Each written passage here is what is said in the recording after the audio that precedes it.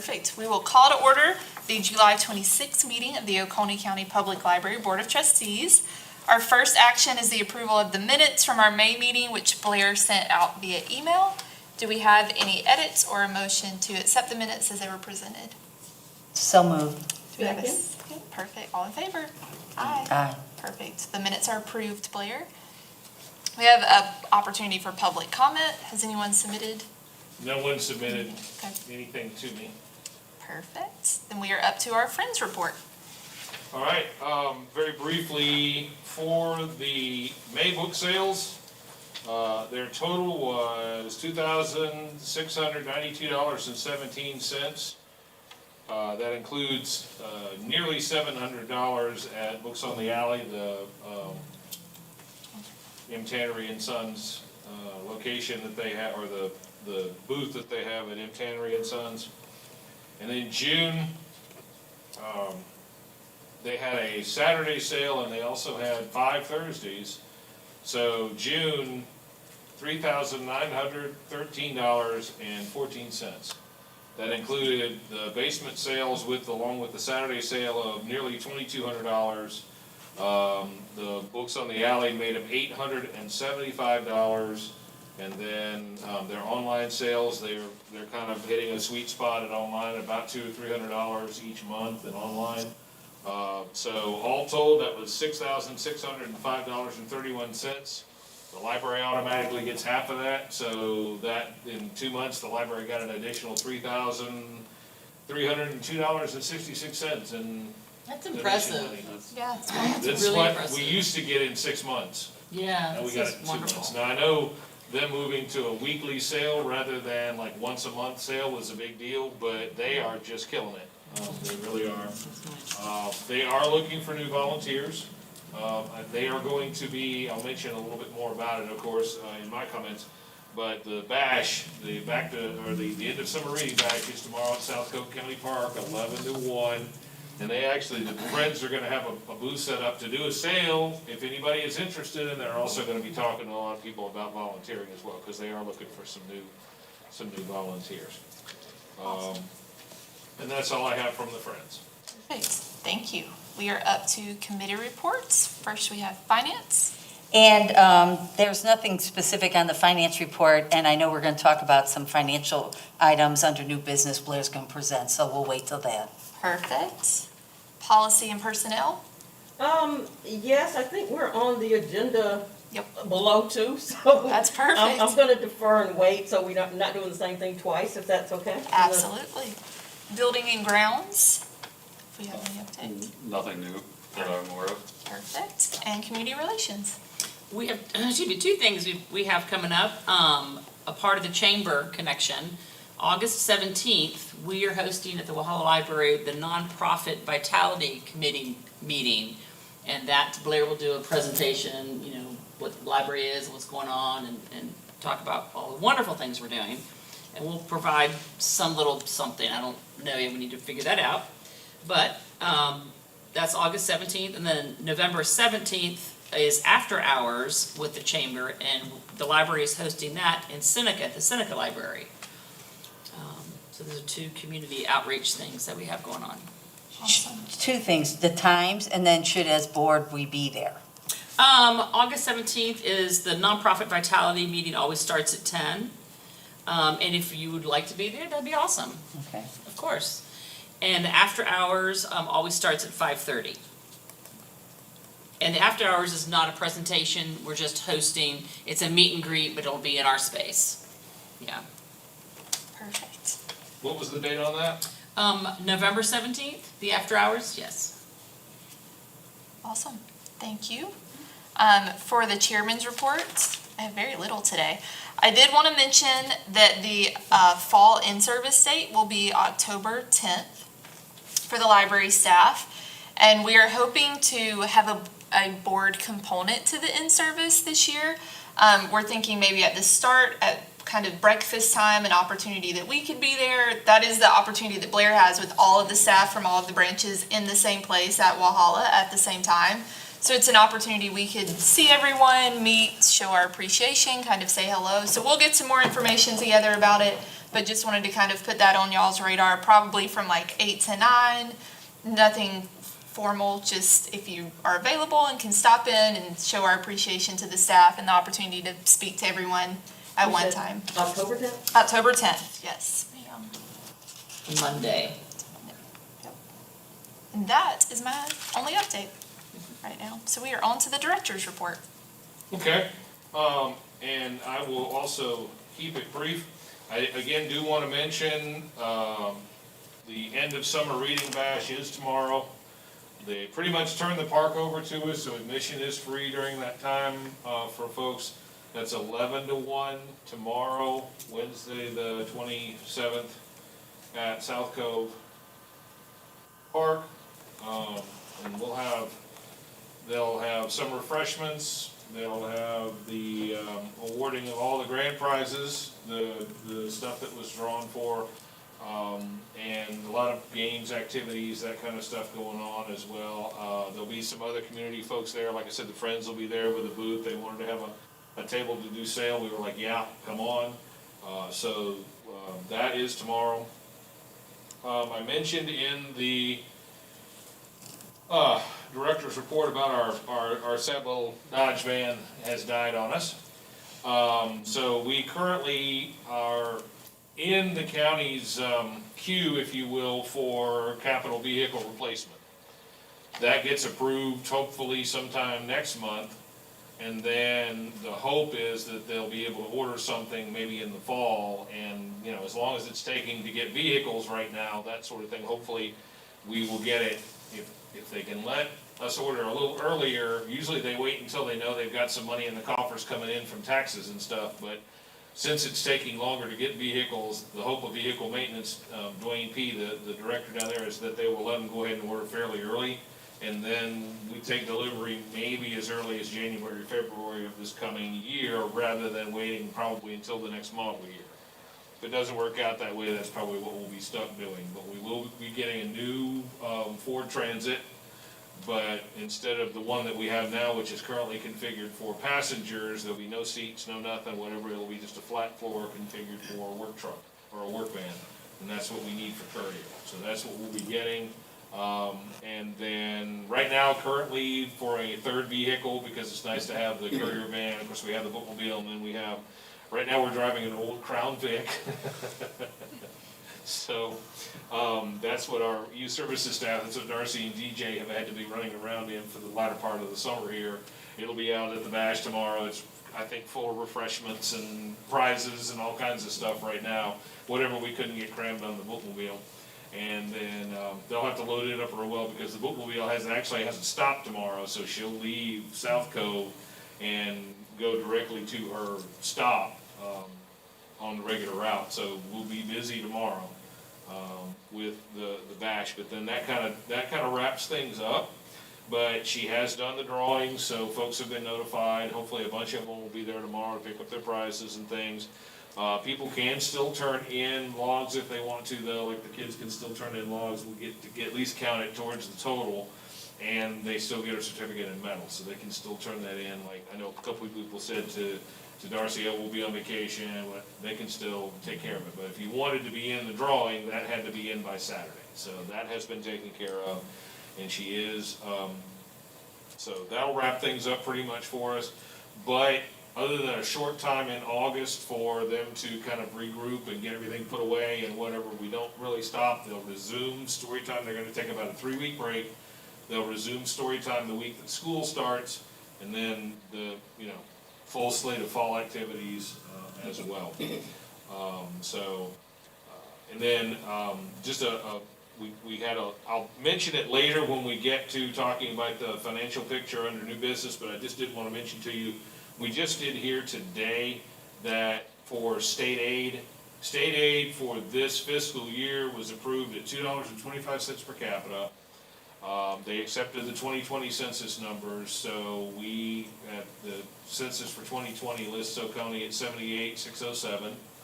So, and then they adjusted it slightly, that would have been 176,000 and some change or whatever, but the other portion of that was that they approved a minimum floor of $150,000 for all of our smaller counties in South Carolina. So anybody that wasn't getting per capita, and we're just a little above that, of course, at 177 or whatever, but, so any of the counties that are kind of smaller than us, instead of 100,000, which was the previous floor, now they get 150,000. That's huge for some of these counties that have 20,000, 15,000 population or whatever. I mean, that's what we were getting just a couple of years ago. So that's huge for these smaller counties. But to make up for a slight difference in that, they give us like an extra $214 or something. So our current state aid, slightly above that direct number of, $225 per 78,607. We're at $177, $30.02, with the extra little $214. So, we do have a generous state aid budget this year. Most of the additional is gonna go to books and a couple of special projects. We'll get to a little bit more of that when we actually get to that portion of the agenda, but that's all I have. Wonderful. Could I, some comments, one, the bookmobile, I could see is doing real well even with a new staff person, and I think she should be commended on that. And then Darcy is getting a lot of positive media, especially with the newspaper, and that, again, should be commended. I think that's just amazing. The one thing, I heard Westminster comment on their school district lunch program, but I didn't hear, and it's going well, I didn't hear it or read it, or if I did, I overlooked it, in the other branches. Are they doing it, and is it going well, or? Yeah, I mean, all of our locations did the summer feeding program again this year, and I have not heard any, I mean, there's always a few little bumps, and that kind of thing, but we had an overall positive experience. I think it was slightly different because last year they just came once a week and picked up food, so I know especially for Walhalla it was a little bit different because last year we were the only location and we were sort of ground zero, so it was different for us. I think there were days when we weren't as busy, but again, that's apples to oranges kind of comparison, but I think it did well really at all of the locations. Even Salem, they did it this year as well, in conjunction with the town. So all of our locations, and in fact, I mean, given that the only other one in the county was the rec center in Westminster, we were the only game in town, and I think it went pretty well. Good. And then the last question is, based on what Westminster found one day, do we have cameras on the outside of our buildings or not? We do, but two things, we don't necessarily have all angles covered. Okay. And second of all, that is not a live feed for us. Like, we don't have the ability to monitor it live. They do it here at the administration building in the IT department. And it is, unless there's like a criminal matter, it's really hard for us to get a recording of it because of the time it takes and time to do the research and that kind of thing. So, I mean, unless it's something where a local municipality or the sheriff's department requests footage from the county attorney, Okay, we generally don't have access to that. okay, that's all. Thank you. Any more questions for Blair? I only have one. Do we have a substitute transportation vehicle until we get a new courier van? Well, we had Other than the- an additional van. We had a Ford Transit van. Okay. Now, it's set up for passengers, so it's a little, Oh, it's a okay. little clunky, but the seats do fold down in it. And that's what we're using currently for courier. So it's not as convenient, I mean, the bins don't fit as well and that kind of thing. But we did have already a Ford Transit van as our third vehicle, if you count the bookmobile. So it's moved up now and we're using it as the primary until we get our new one. Then we'll turn the Crown Vic back into them, use the Ford Transit, the one we have now, for Darcy and DJ and other staff to go to conferences and that kind of stuff. And the new Ford Transit that we will get will be outfitted strictly as a courier vehicle, like a work truck kind of thing with the flat floor and no trim and all that kind of stuff. And then that'll be our primary courier vehicle again. So the Crown Vic is kind of our third vehicle right now. The little Ford Transit that we had that was for passenger moving, go to conferences, Darcy and DJ go to Storytime or whatever, moved up into the courier vehicle. Okay. But hopefully that's not, a terribly long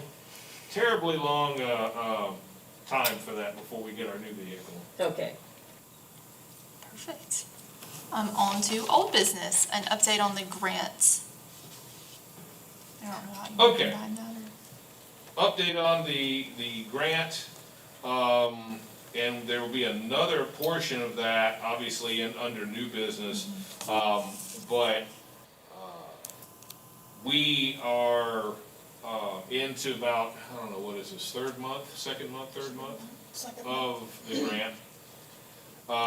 This is Carrie Leeper Brock. She is our social worker / community resource associate. And so we have been working up to now. She started June 1st? June something. Anyway, I mean, we got the award obviously in the spring, and then by the time we went through and listed it and did the hiring process and all that kind of stuff and got her onboarded and all that kind of thing, she's been working with us now for almost 2 months. And in that time, even though, you know, there's things that we'll ask you all to look at and pass tonight so that we can really get started with that direct contact or whatever, I mean, in the meantime, she has, as you'll see, hopefully you did see from the policies and things, she's been doing just an absolute ton of the behind-the-scenes work, getting ready. Now, of course, we didn't have to reinvent the wheel, thank goodness. There are other libraries in South Carolina that had gotten a grant in the first cohort, the first group of years. And so we've had a lot of help from Union County and from a couple other places that have kind of given us a lot of good, you know, documents and help and that kind of stuff, advice and that kind of thing. But, I mean, Carrie has been basically doing nothing but making community contacts, going out and meeting some of these folks in the community. She's already visited Golden Corner Food Bank. She's already visited Dot's Kitchen in Westminster. She's already been out to a lot of these different places. She attends all the community meetings, sometimes in my place, sometimes with me. And also then has built up a resource notebook as a kind of a beginning thing, which after the meeting, you're welcome to look through and that kind of thing. And one of these will go to every branch, I believe, right? Yes. So we are off and running with this thing. We will actually, you will start, the reason you haven't seen too much about it yet is just because getting our feet under us and getting it built up and things. But as we move forward, and particularly after you all give your assent to policy tonight and things, we will really start getting the word out about this. She will be going and making regular visits to the branches. I don't remember what the schedule is. Kind of tentatively Tuesdays in Westminster, Wednesdays in Seneca, and Thursdays in Walhalla, and then once a month probably at Salem. Okay. So she will be at all the branches, which is what, you know, we had spec'd out. She's already spoken with and met with, and actually gone and seen each of the branch heads. So they've talked about needs in their community and what the branch heads see and what they anticipate and that kind of thing. So she's already coordinated with each of the branch heads about what would be the best days to visit. And of course, all that's flexible. That can be changed as need be. So we are just about ready to actually, you know, start doing less behind the scenes and more direct service. Awesome. Well, welcome, Carrie. Excited to have you. Yes, thank you. Moving to the strategic plan. Yes, and I'm gonna let Blair talk in just a moment about where they are. Just for clarification's sake, and I think we've had a couple of discussions, our role in strategic planning is to support what is presented to us, review, you know, recommend changes, et cetera, et cetera. It's a long process. It's not something that's done in a couple of weeks. It's probably a year if you rush it, because we have to have community input, which means some forums or surveys, et cetera, et cetera. There's a lot that goes into strategic planning. Blair and I have been in conversation multiple times about that process, and he is working with the staff to start the process of the new strategic plan. And Blair, I'll let you kind of talk from there. Sure. I've also really gotten some good input from, there's a couple of other directors. Actually, our neighbors here in Anderson County they're ahead of us in the process. So I've actually gotten some really good feedback and some good documents from Annie, who's the director down in Anderson County, and Annie Sutton. And so we are kind of at the point now, we finish up summer reading, we're kind of at the point where the hope is that by the in-service in the fall, we will have had enough time to come up with some staff surveys, come up with, I mean, what we're hoping is that by the time we hit in-service on October 10th, we will have had a chance to capture what the staff feels like is our most important things, or the things that we could focus on, or that kind of thing. And that will sort of help guide and direct, as you mentioned, Shelby, those public meetings that, we may not be able to have them around the holidays because people get real busy and that kind of stuff. That may be something that we end up doing in the spring, maybe after some of the holidays and that kind of thing. But, that'll kind of help us focus those public meetings, because, you can just ask people, hey, what do you want? And they'll either Right. tell you, like, all the stuff you're already doing and they just don't know about it, or stuff that, they want but they never show up, that kind of thing or whatever. So hopefully, and we've got really experienced staff at each of our branches. We're really lucky in our system to have some longevity practically at every location. Even though we are losing Dan Polk as of this coming Monday, the 1st, as our branch head at Salem, and he's been up there since 2013, his assistant, Kayla, who may be able to become the manager, just depending on the applications that we get and that kind of thing. But she's been up there almost the whole time. She was hired right after, he was the first hire. She was the first anything that he did, getting a full-time. So it's not like he's had several assistants up there. She's been up there with him the whole time. So she also knows, everything about the community and people they see and what people they serve and that kind of thing. So we're very lucky in the sense that, it's not like I'm gonna have a lot of blank looks. These branch heads all have good ideas. They know their communities. They know who they serve. They know where they wanna go with that. We know we're probably not gonna get any new facilities anytime soon, so, that won't really be a focus. But other than that, just either continuing on what we're doing, like with some of these community initiatives, and also with going out and making contacts in the community, and then also finding some of new innovations, new places to serve. There's a lot of stuff that's happened. Some of the things that were in the old strategic plan, we still want to be able to do because of COVID. And then there'll be some new things that have been coming up since then. A couple of our staff are going to conferences this fall. They'll come back with good ideas as well. So hopefully by the time we get to October, and later on in October, we'll have some pretty good basis of what kind of the staff is looking at, wants to do, is thinking about doing for their communities. And then we'll get that public input then after that, and it'll kind of be hopefully focused on what the staff has come up with. And then from there, it's just a matter of, creating the sausage. And then I do encourage all of the trustees to attend some of the forums, the public forums, to listen to what the public is saying that they would like to see in the libraries, so that when we get ready, our process of reviewing and discussing with Blair, we're kind of up to speed as to what the public view is and where they stand, what things they'd like to see. That would help us a lot in recommending on top of what the staff comes up with. So I do encourage that during those public forums, that we at least attend and just have our ears open. Absolutely, yeah. Well, I know from reading our manual, this is like our #1 job, is to come up with a strategic plan. So I agree with you, Shelby. Board needs to really be involved and listen to the public, and I'm glad staff's really involved too. My question is, and they know their population well, how many of the staff actually live in Oconee County? So I do really think those public forums are gonna be ultra important to hear what the public wants, because if someone's not coming to the library, you might not hear from them, and there might be a reason they're not coming to the library.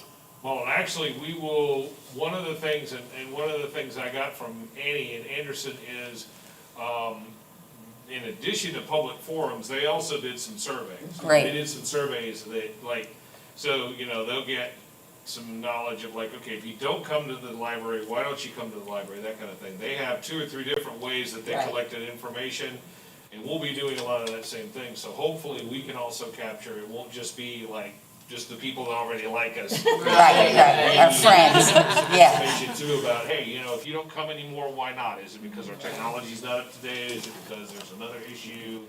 That kind of thing, and that'll help. That could even, you probably think most about a strategic plan when you think about direct service, But that can also even influence, like, if a lot of people say, hey, it's great that I don't pay fines on children's items, it'd be great if you were able to go fine free on other stuff. Right. Well, I mean, we've thought about that, but maybe it hasn't really been, but if a bunch of users said, hey, you know, that would keep us, that would make it, we don't, you know, come to the library because we have these fines and stuff, you get rid of that, we come. That could be something that would inform, so it won't even necessarily be like programs or just stuff we do, but it will also be even our policies and some Exactly. of those kind of things as well that might be, impacted or might have an impact from, you know, looking at all this stuff with the strategic plan, so. And I think historically, just having been here all my life, anytime there's any kind of public interest generated out toward the public about the library, you hear from people that's never stepped foot in the library. It just happens. They'll want to participate and give their, you know, opinions and viewpoints. And so we've got media that we can put surveys on, like SurveyMonkey and all those type things. We've got a lot of avenues within each community that we can get word out and get surveys done. We've got public events. Like I know at Juneteenth, you know, the city always puts out a table and does a survey there. So we've got a lot of events in every community throughout the year. Apple Festival in Westminster, for instance, that you can reach a lot of people in a lot of different ways when you start bringing in public input. So I think combination of all of those, when we talk about public forum, we're not just talking about the traditional, let's all come and gather and meet and talk, that too, but in addition to all the other avenues, you know, in the 21st century that we have. Yeah. Okay. I think it's very exciting and know that we're all here, so please tap us in as a resource anytime we can be helpful. And October 10th is a great kind of next step that we'll look towards. Absolutely. On to new business, we had some policies that Blair shared related to the Community Resource Associate job. So Blair, tell us about them. All right, so hopefully y'all got a chance to look at these. If you have any questions on them, we do have Carrie here also that if there was anything in particular that you looked at or had a question on or whatever, she's also here to be available. And of course, what we're asking you all to do is go ahead.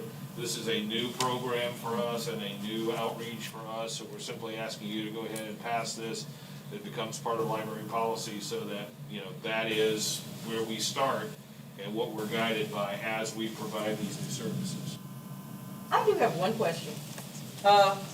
And reading over all of this, I get most of it, but in deciding the parameters of, I need to help here, I need to look into that there, do you rely on the staff giving you, you know, suggestions, or is it by your visual observation? Like, how does it get to you? It's a good question. So, so far, I mean, it's only been as needed. So if somebody comes in and, you know, is asking the librarians for something that, in the past, they've always been able to say, well, you know, here's a website, or I know you could go to DSS for that, or, you know, something like that. But it's been a very, you know, minimal sort of, Right. this is what I know, this is what you can do. So hopefully, going forward, what will happen if somebody comes in and they're being evicted, then hopefully I can sit down with them and say, well, here's some resources, would you like to make some phone calls?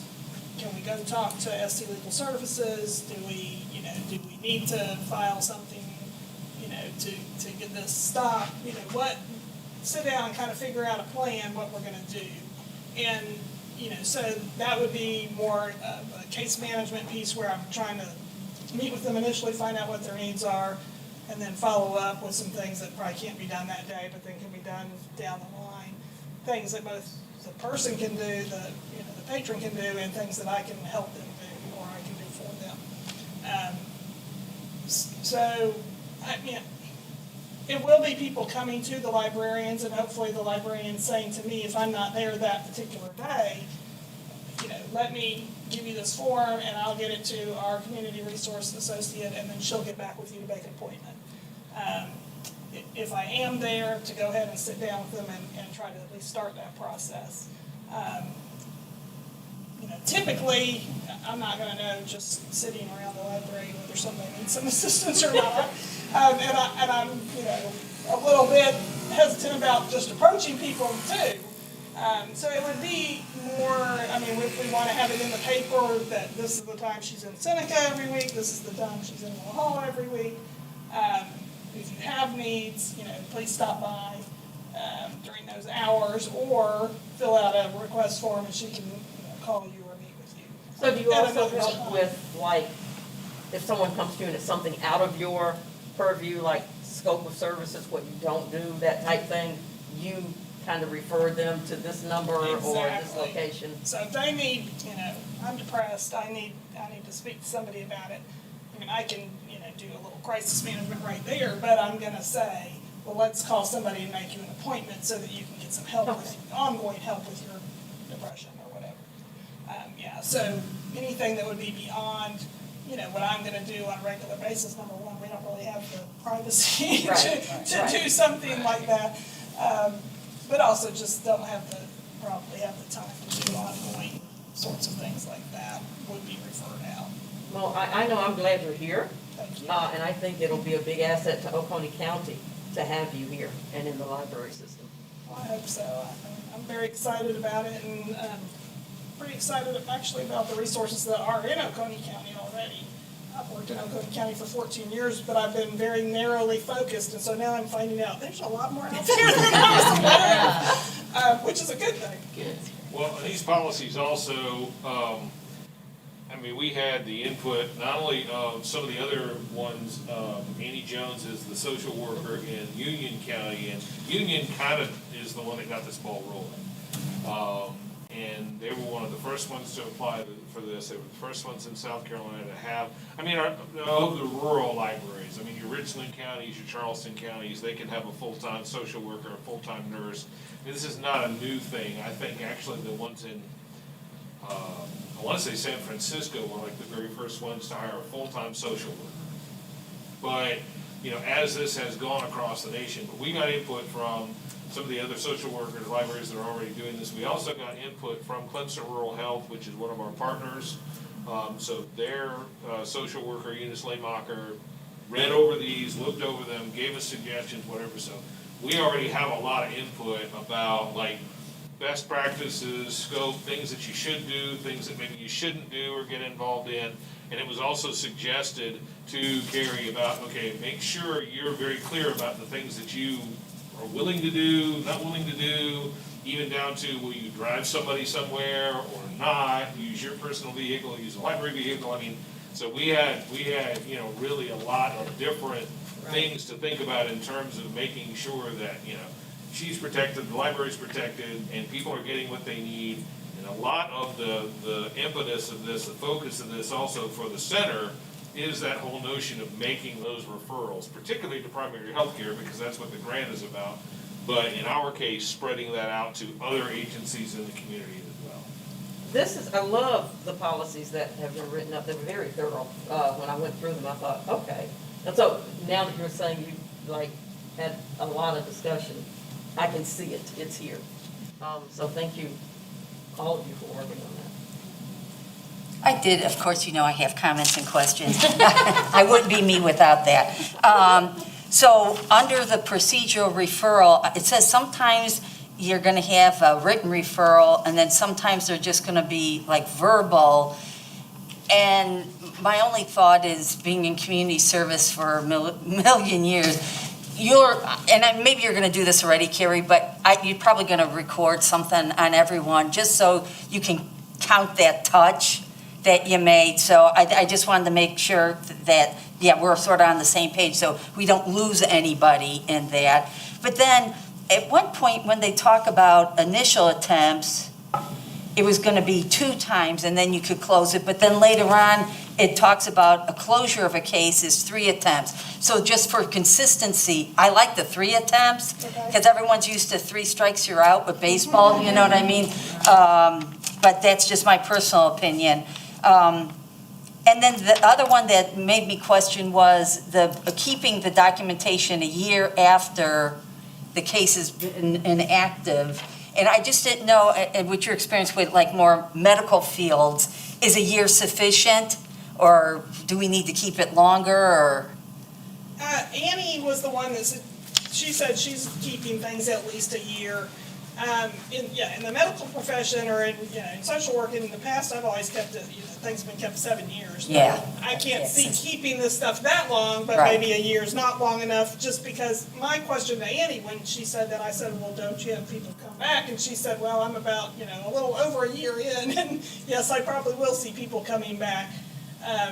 So whether they come back with the same issues or different issues, I don't have a problem keeping things longer than a Okay. year. And we could just feel it out to see where the paperwork, how much volume it is, yeah. Well, and part of this is set up too, now keep in mind, because this is a year-long grant. Right, right. That's where I was really going with that, yeah. hope, that that she's here 5 years from now. Absolutely. Or whatever. Absolutely. But, unfortunately, what we got from the Center for Rural and Primary Healthcare, that Yes. grant does end in May of '23. Sure. Right. So, we wrote these obviously to go longer than that, but in some cases, we had to be realistic and say, well, this whole thing may, no, End it of the doesn't, year, but it yeah. could possibly end up being where all we have left after this is all the great resources and all the great information and that kind of thing, but of course, And that's we are still going good, to work, yeah. with maybe Clemson or, DHEC or somebody else. We'll be working along as we do this to try to make sure that, this is not a one-year and done thing. And two things I wanted to point out. I was gonna say the same thing. Since it's only a year, I don't think this needs to reflect us keeping something longer than the grant, because that then obligates the library system to hang on to all of this information that's very highly protected information once someone may be gone, but they have to still keep it, how, where, who, all of that. Secondly, because she's a referral. She's not the therapist. The people that go to the referrals, those agencies are also keeping those records. So it's not like the person doesn't have a trail, so to speak, about their services. I don't know. I hear what think a you're year is saying. plenty long enough for now.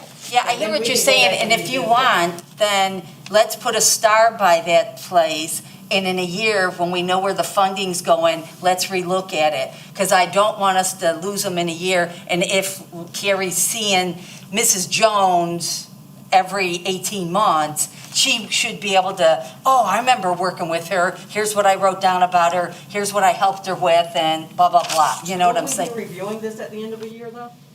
I have no idea. I mean, policies and There procedures will will be. be, Yeah. regardless, and again, the real hope is that we keep her on, but at the end of the year, there will be reports that we have to send to Exactly. the center and other things, and then we will also probably do internal. And of course, as far as the privilege information, that kind of thing, she actually has been provided, with a separate folder on the server that none of the rest of us Sure. have access to, even me. And also, so that's, on county servers, but then she's also gonna be, she has already been issued a cell phone, and she will be issued a laptop that has a dock on it, so she can use it both at her desk and out in the field, as well. So, she will have access to that stuff pretty much all the time, but she's the only one, and if we, by some reason, we do lose her after this year, then we may either have to try to find another agency to turn some of that over to, or whatever, but it won't be anything that the library would have Right. Neat. access to. So I think we just keep it like this for now. Let's revisit it as we go along, as we see the program progress. But we're just starting. Like, this is brand new. So this is a good, let's start. Could I- And my- then we'll review it as we go along. Okay, could I address my other than two issues then? One is I wanted to, have you been hearing about this Lieutenant Compton with the sheriff's office? He's working with the homeless population in Seneca. Looks like last week they had, and I'm only getting this from the paper, so you could read today's paper, and I should have brought it in, I apologize. But it sounds like they're gonna be having meetings about the homeless population, and obviously they have housing issues minimally. And so that was one, I just as a lead to let you know about. And then the last thing I seen in there was that assistance fund, and I appreciate that our friends of the library have created funds, and I think that's a great idea that you have some discretionary funds that in last case scenario, or last resort, you can use, to purchase or spend. But it seems to me this grant should have provided for that. Were there no funds identified in the grant for that kind of assistance? Wow, okay. There were no funds available in the grant. That is actually an idea that we got from some of the other social workers, because that is, a way, maybe the only way you can provide assistance and get somebody to, Right. want to deal with you or whatever. But, obviously the reason we had to seek a donation from the Friends is because the center itself does not provide that kind of thing, because this is federal pass-through money. They get this from DHEC. So they've got to be able to account for every penny. And then that's not something we could go to the county for, because same reason, we can't, they're gonna wanna account for it and everything. And this needs to be, as you mentioned, discretionary funds for her, be able to help out with this or that without having to really have receipts and all this other kind of stuff. So she will get a discretionary fund each month via the Friends? Will it change, the amount change, or will she be able to count on? Well, we haven't really got that far yet. Okay. I mean, it kind of depends on, we talked to them about a sort of a set amount, but I don't know if it'll be a one-time thing or a monthly thing or whatever. We'll straighten it out with the Friends, but, yeah, there will be. Yeah, she'll need some money. They'll provide what we need without it becoming community bank. Sounds good. Good. But that's, again, very generous of our friends of the library. Again, they're always coming in and helping us out. They were very receptive to that, because Yeah. they understand the need, and they're also very grateful that we have a social worker on staff now. But most of them were, teachers or something else in the community, and they know. The need. And when I pitched it to them, they were all for it. Good. That is good. Thank you. Do you have any more questions? So I did hear the one of changing under the procedure part to make that read 3 times to match up with the procedure Closing, yeah. with both. Yeah, there's one that does say 2, Right. and I don't have page numbers, so oddly here. Yeah, I don't have page numbers. So I'm gonna say with the one change in this paragraph to make that read 3 as well, so that it matches up the bullet point 3. Got it. Because it's in a paragraph after community partner referral. the Yeah, when next we talk paragraph. about closures, yeah. So with the change of that to read 3, Okay. do we have a motion to approve the policy? I motion that we approve the policy as read. Okay. Second. All in favor? Can we Oh, ask her to amend that though? we can. Not as read, but with changes? Yes. Okay, I was going with as read what she said, but yes, I make a motion to approve the policy with the changes Presented. presented. Second. Second. Awesome. All in favor? All of it. Aye. Okay, so moved, Blair. With the one change. Okay. And again, just very briefly, a little bit of an update on the financial picture. Because I realize, you certainly can look through the reports that we send out each time, and I know you all do, and that kind of thing. But especially since this board is not as involved or as active in some of the financial stuff as maybe boards of different libraries. Our county doesn't have a millage, some counties do have a direct millage that goes to whatever, so, I know there was a question that had come up earlier about looking at the financial report and seeing some discrepancies there at the end of the year, the one that was in there, that was dated 30 June, which is the end of our fiscal year. I just wanted to let you know that, there's a bunch of different account numbers in there, and they're not very strict about making sure that each of those items, there are some items that either we were a little over or a little under, that kind of thing, and then if, they get to the end of the fiscal year, the county, finance department will go through and sort of even all that out, if you will, okay? So there were no real issues with that. I will say that, we did see an increase in our budget this year. There was not really much of an increase at all for materials. They kind of held the line on materials, although since we did get an increase in state aid, we're still able to increase our materials budget. Also, they did approve a 6% raise for county employees, and that was a cost of living raise, so everybody got it across the board. It wasn't necessarily a merit raise. So everybody got that across the board. And then, so our local budget did see an increase. Most of that went in the personnel categories, but still, we did get a slight increase for fuel, although depending on what happens with, nationwide, we may need more money for that before the end of the fiscal year, which they can provide. State aid wise, we did get an increase in state aid, a little tiny bit. It was still the $2.25 per capita, which is what we received last year, but it was in recurring funds. We did get a tiny bit of a bounce from them kind of evening it out. One of the things that they did this year was increase the minimum per county grant from $100,000 to $150,000. So since that didn't go to some of the larger libraries, they gave each of the larger systems that were not simply the minimal county grant, gave us about $214 and some odd cents. So it's not strictly the population times 225, which in our case would be 78,607. That was another new thing they did this year. They accepted the 2020 census numbers. So we actually, with the little amount that they gave us here, we actually saw an increase of about $9,800 in state aid, most of which will go to materials. So that really helped us out on materials. E-books are more expensive, audiobooks are more expensive, that kind of thing. We're kind of whittling down where we buy CDs and stuff for audio and also music now. And we are buying many more of the electronic audiobooks, but they are more expensive. So we actually were able to put a nice increase towards that and towards e-books and cloud library as well. Most of our physical materials, books and other kind of things is going to remain about what it has been up to now. We also were able to put some into some new electronic resources and that kind of thing as well. So we will be putting more into pretty much all of our materials this year. And then as we get into it, I think we're going to be looking at maybe getting some new equipment for the historical room, some scanners and things that I know Quintel Walker, who's the local history associate, has been working with the Oconee History Museum.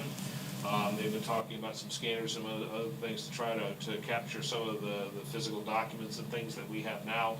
And we'll be able to afford some of that with this increase in state aid as well. Anybody have any questions for Blair? Monetary questions? No? Okay. Does anybody have any additional topics that you were not aware of? Okay. Do we have a motion to adjourn then? Second. All in favor? Aye. So we are adjourned at 6:18, Blair. Thank y'all.